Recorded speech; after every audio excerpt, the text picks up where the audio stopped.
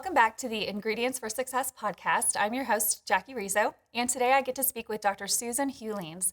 She has over 20 years of experience in nutrition, sports nutrition, and scientific consulting for the dietary supplements and medical industries. She is currently the Director of Scientific Affairs at NutraSource and the author of Nutrition, Real People, Real Choices, and she has published many articles on various topics. Susan, thank you so much for coming on the show today. Oh, thanks for having me. Yeah, I would love to hear a little bit about what led you into science nutrition.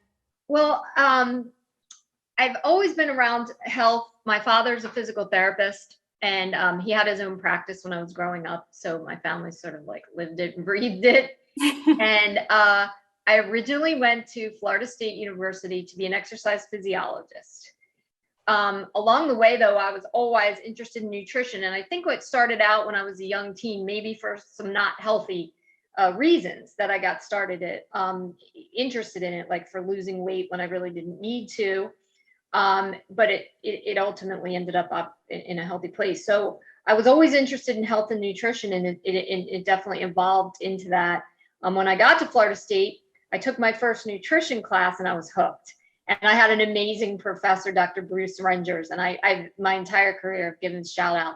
And he said to us on the first day of class, he said, you will never look at a plate of food the same way again.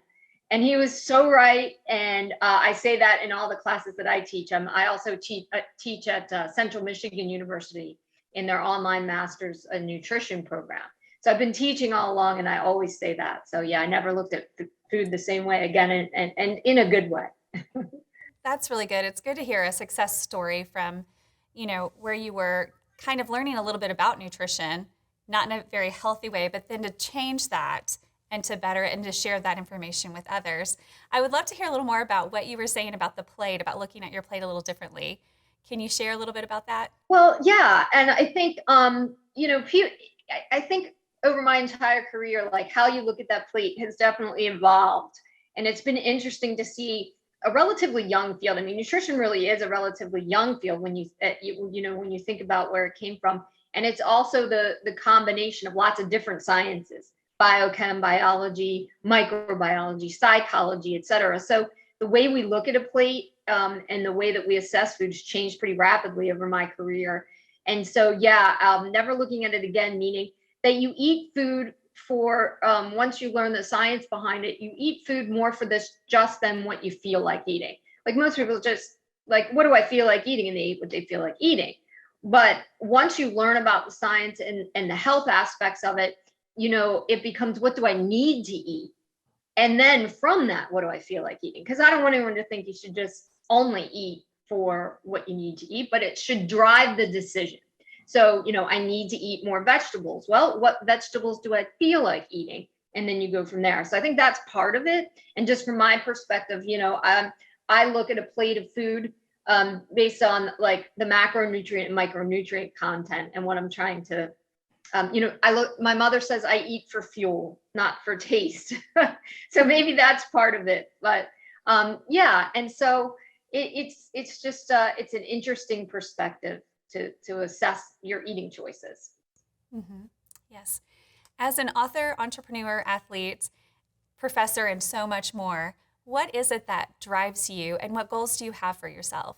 I think what worked for me is that I operate from this place where it's like all about it. People say, well, how do you have, two jobs and how do you do this and how do you do that? It's all together. It's all who I am. So yeah, I run a lot. I'm a long distance runner, an ultra distance runner.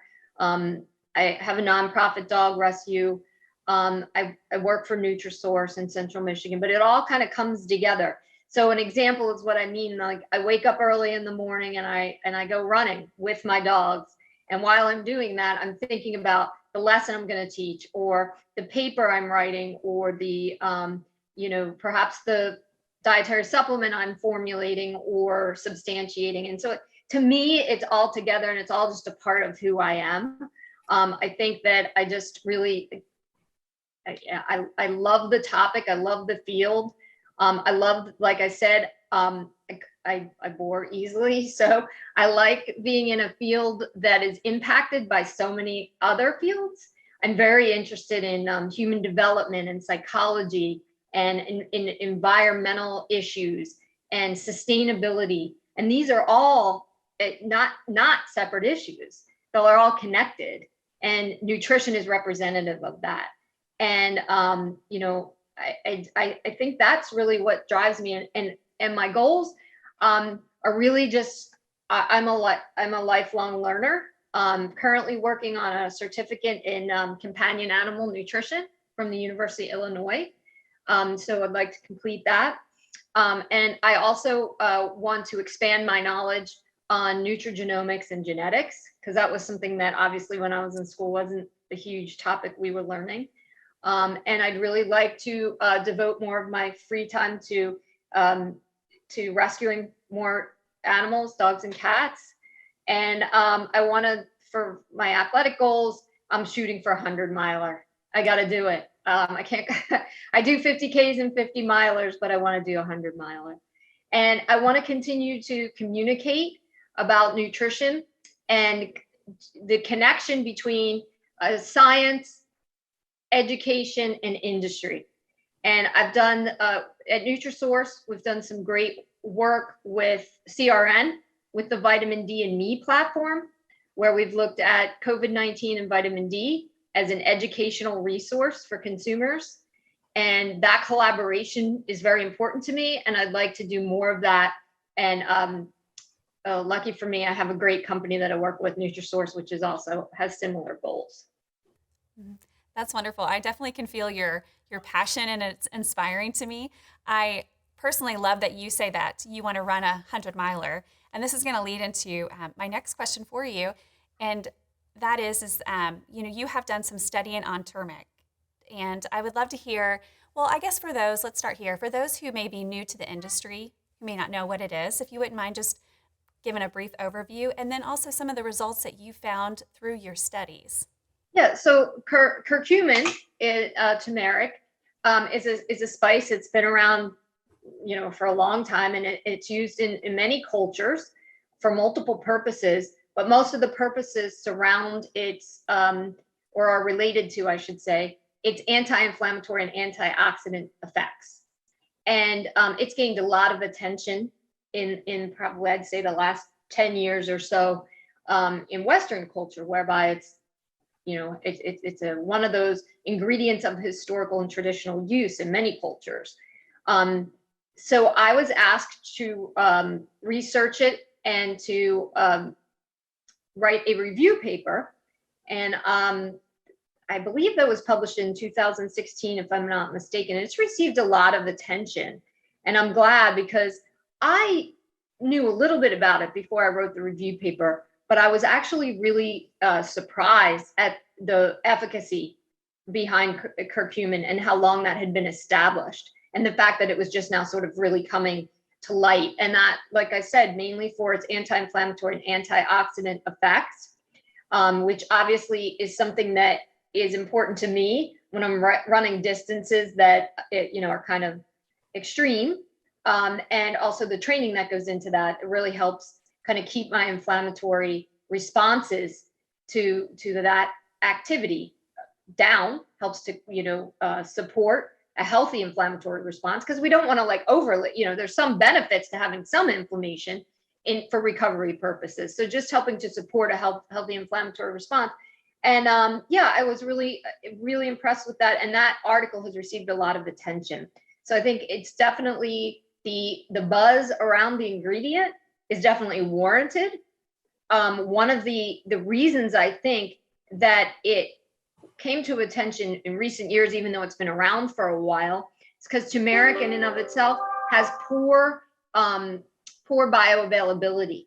And so, of course, with technology in the last 10 years or so, they've addressed the bioavailability issues. So a lot of times, of course, it has to do with the, sorry about that. It has to do with what you combine it with, or the delivery mechanism. So a lot of times you'll see it combined with black pepper to enhance absorption, but there are multiple other methods to do that. And then we see its efficacy increase at a lower dosage. And also, it has great safety data behind it as well, which of course we don't want to discount. That's right. That's definitely right. I actually just came across your article last week when I was doing some your backstory and learning more about who you are. And it's quite the story that you have for sure. I personally have done ultra running, but in the past 2 years, I had hurt, my knee and just struggled with that inflammation and, just all that entailed. And so I had stopped. But when I was reading your article this week, I thought the way that it had affected you personally, I was truly inspired to start taking it myself. So thank you for that. Have you seen a big difference in before you were taking it to now being an ultra runner? Well, it's hard for me to pinpoint. I would say that this way, that curcumin is part of my recovery plan, and that you really can't ever rely on any one approach. And that when you're training for something, even if what you're training for is health, it has to be a 24/7 approach. So it is part of my program, but not alone. In other words, I think that you have to have an anti-inflammatory meal pattern, similar to what most people think of as the Mediterranean diet, and look at anti-inflammatory foods. You have to make sure that you're listening to your body and you're not overtraining, and then that you're including anti-inflammatory approaches, which can include curcumin and other ingredients. It's certainly not the only one. So I would say yes. I would say that I as far as recovery, I feel better than I ever have before, and obviously I'm older than I've ever been before. And a lot of it goes to this supportive 24/7 approach that I've embraced over the years. And I think the older that you get, the more important that really is. And to listening to myself and not just slogging out the miles. That's important too. There's no amount of curcumin that's going to cover up for that. You have to listen to your body. Mm-hmm. That is definitely true, which leads me into my next question. You have mentioned before in the past that dietary supplements, consumers see them as a quick fix, but they shouldn't. Can you elaborate a little bit more on that? Yeah, and I think that it comes down to, if you just want to start off with the simple, the really the definition of the word supplement, right? It means in addition to, not instead of. And so supplements really are to supplement a healthy overall approach, like I just mentioned. Whether you're training for a 100-mile run or just to be healthy, supplements in and of themselves aren't going to do it. They have to be in combination with a healthy lifestyle, getting plenty of sleep. Of course, we don't want to discount that. Making sure that you minimize stress or manage stress, making sure that you have a healthy diet and exercise program, that you don't overconsume alcohol, you don't smoke. I think it's all part of that approach. It's very important. And the other thing is that a lot of people take, because I think many dietary supplements are in the form of a capsule, we sometimes think of them as like medication, and they are not. So that, in other words, with medication, sometimes we have a symptom, we take a pill, we get immediate relief. And that's not how most of these work. It takes a while to create that anti-inflammatory environment or whatever circumstance you're looking at. And, as we know, dietary supplements are not intended to treat or mitigate or cure disease, but they're meant in addition to all the other things you do to support your health. And I think that's just a perspective that's important to communicate. Mm-hmm. Yeah, most definitely. Do you have any big plans on the horizon for 2022 that you'd like to share with us?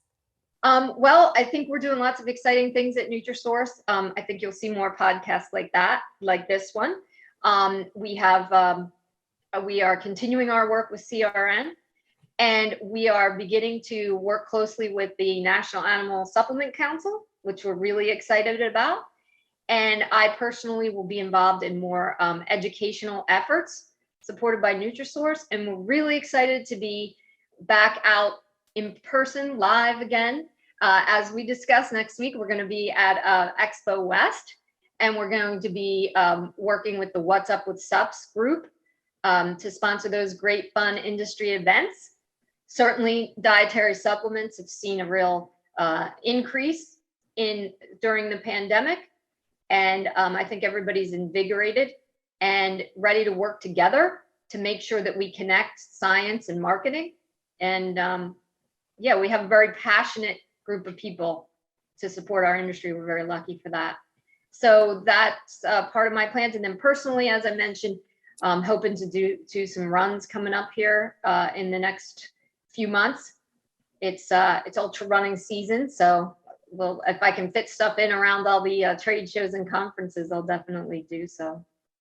That's great to hear. I don't know if you happen to know Todd Pauly with 24 Marketing. He does a lot with Whole Foods with Maggie and Heather over there, but he's an ultra runner, and he has sent over a couple of great runs that he'll be doing, which is, I think, near the Grand Canyon, and another one in California. And so if you haven't met him yet, you might want to connect with him at one of these shows, because he's a great guy and definitely has a passion for running as well. Absolutely. And anybody that can run in places where it's hilly like that, full respect. I live in Florida, so I have a hard time going out west and running any kind of terrain. It's a whole next level. But yeah, we're sort of like a subculture, and we all like to meet up and discuss how we get ourselves through. Yes, that's wonderful. I'll mention to him that I spoke with you, and so hopefully you guys can connect soon. Yeah. But thank you. Yeah, it was such a joy having you on today. You brought some really great insights, and I look forward to meeting you finally in person. I'm so glad that the trade shows are starting back up. Yeah, absolutely. I think it'll be a great season, if you will. And yeah, we'll all get to see each other and discuss these things in person. Super excited. Thanks so much for having me on. We really appreciate it, and always happy to discuss issues in the industry with you. Well, thank you. We'll talk soon. Thanks, Susan. Thanks.